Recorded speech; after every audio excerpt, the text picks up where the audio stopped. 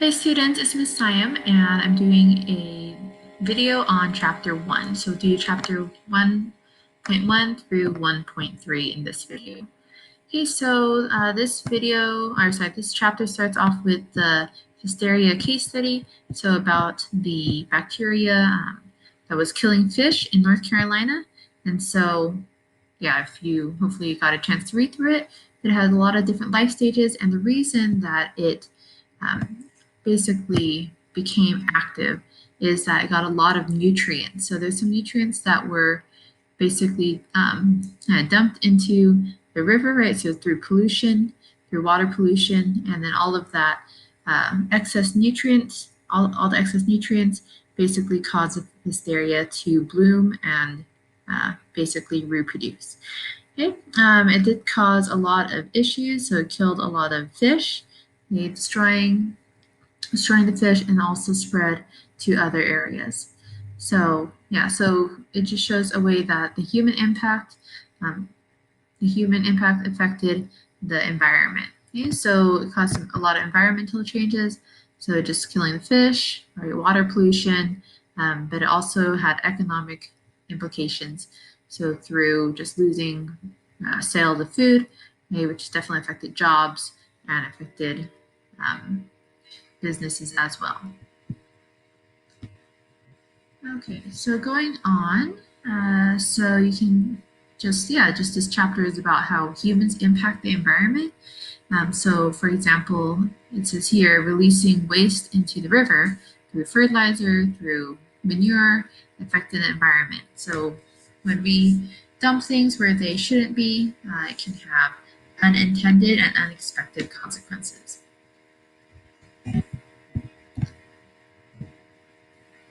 So some key ideas that we will be learning through this chapter is that you should know what environmental science is and why it's important, how humans have impacted, altered, and continue to alter our environment, environmental indicators, sustainability, then later scientific method and limitations of environmental science. Okay, so to start off, the environment is all the conditions that surround us that influence life. So there are living things, such as plants, animals, bacteria, and then there's also non-living things. And we'll talk about the specific terms for those later in just a few minutes. Okay, but overall, environmental science itself is a field that looks at interactions among human systems and those found in nature. So the relationship between humans and nature. So a system is just different factors and components that influence each other. So the exchange is of energy and materials. So energy such as sunlight, heat, and food. So ignore my typo, not switch your foot. And food, and then materials such as elements or nutrients. And then in the case study, you can see that nutrients released into the Neuse River, and then that affected the entire environment, which also affected humans. So humans dumped the nutrients, but then bacteria, proliferated, which then later had an impact on humans again. So it is a system, we're all related. And so our actions have consequences. Okay, so within ecosystems, there are two components, so biotic and abiotic. So if you think back to Greek roots, a means without, bio means life, so abiotic is without life. So abiotic components are like the climate, like the weather, like rain, so those are abiotic, non-living. And living things, I'm sure you think of plants, animals, bacteria, so those are all biotic components. And then it's different. Make sure that you know the difference between environmental science and environmentalism. So environmentalism is a social movement, and so you're actually taking action based on these environmental issues that we observe and we're reading about, just kind of things that negatively affect our environment. So that's an environmentalist, and environmental science looks at the science and does observe the impact that humans are making, and then the changes that happen in ecosystems and in different systems. More scientific, factual research, but there can be important information derived from the scientific method and their scientific research. Okay, so this little triangle on the side, so when this is present, I want you guys to be familiar with that graphic. And so this is just showing how you have environmental science and environmental studies, and then social sciences and humanities. So um, a lot of different fields and disciplines play into environmental studies. So it's a cross-curricular, um, and cross-disciplinary study. Okay, so humans do affect natural systems. So again, we talked about biotic and abiotic factors. Okay, and then there are also small scale and large scale systems. So our largest scale system is Earth. Okay, and so within that large scale system, there are a lot of smaller systems. Okay, and so Earth, obviously, everything within that is smaller than the Earth. You think about a forest, right? So you have the whole forest is a large scale ecosystem, or sorry, large scale system, and then within that you can have different relationships, whether it's like predator prey. You can have the trees related to insects, okay, and so and then also wildfires are another impact on the system. Okay, so humans do change their environment more than any other species. So we build buildings, we build roads, we drive around, we cut down trees. Okay, so there's no other species that does these actions. And then we do have pollution. And so within pollution, I want you guys to make sure that you break down the different types. Okay, so air pollution, water pollution, soil pollution, also light pollution, sound pollution. So there are more types of pollution. So just be specific when you talk about pollution. And so just some examples of controlled burns, right? So you can positively affect the environment. Okay, natural habitat. So habitat destruction is a common negative consequence of human actions. And so we can destroy habitats. So you can also call it habitat loss or habitat reduction. Climate is another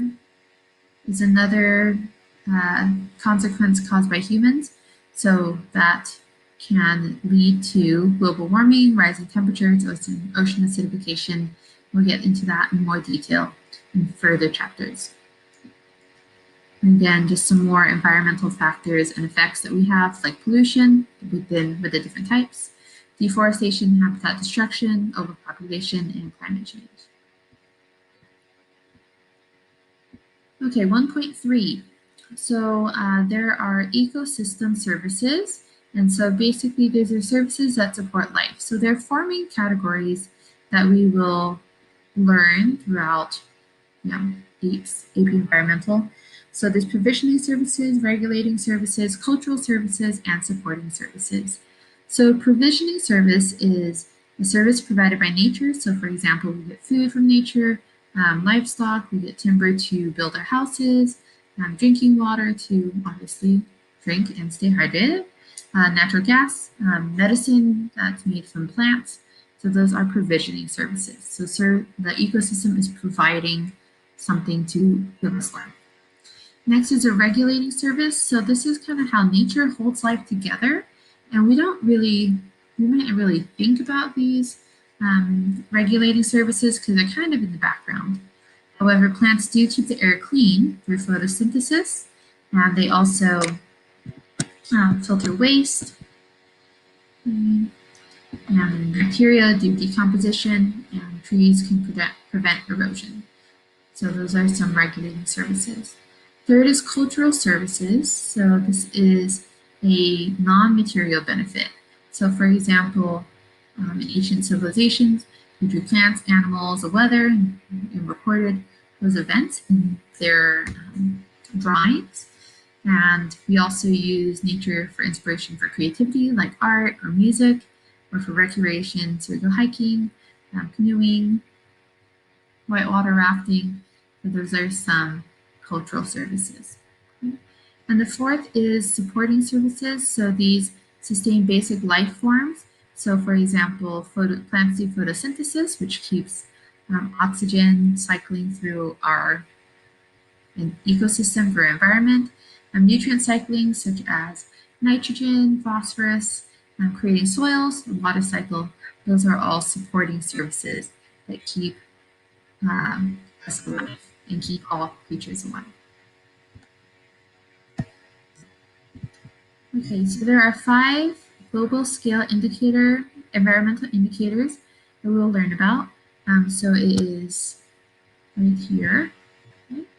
So we have biological diversity, food production, average global surface temperature, and carbon dioxide concentrations. So that's all one. And then human population and resource depletion. So we'll go over these 5 separately. And then just talking about sustainability. So how can we live on Earth without using up all of our resources? Okay, so when I have 3 triangles, like see here on the side, that means that it is extra important graphic.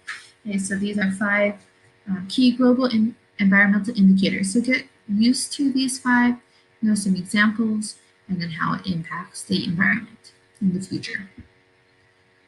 Okay, so that's where I'm going to break for this video. I'll go over the 5 key global environmental indicators in the next video.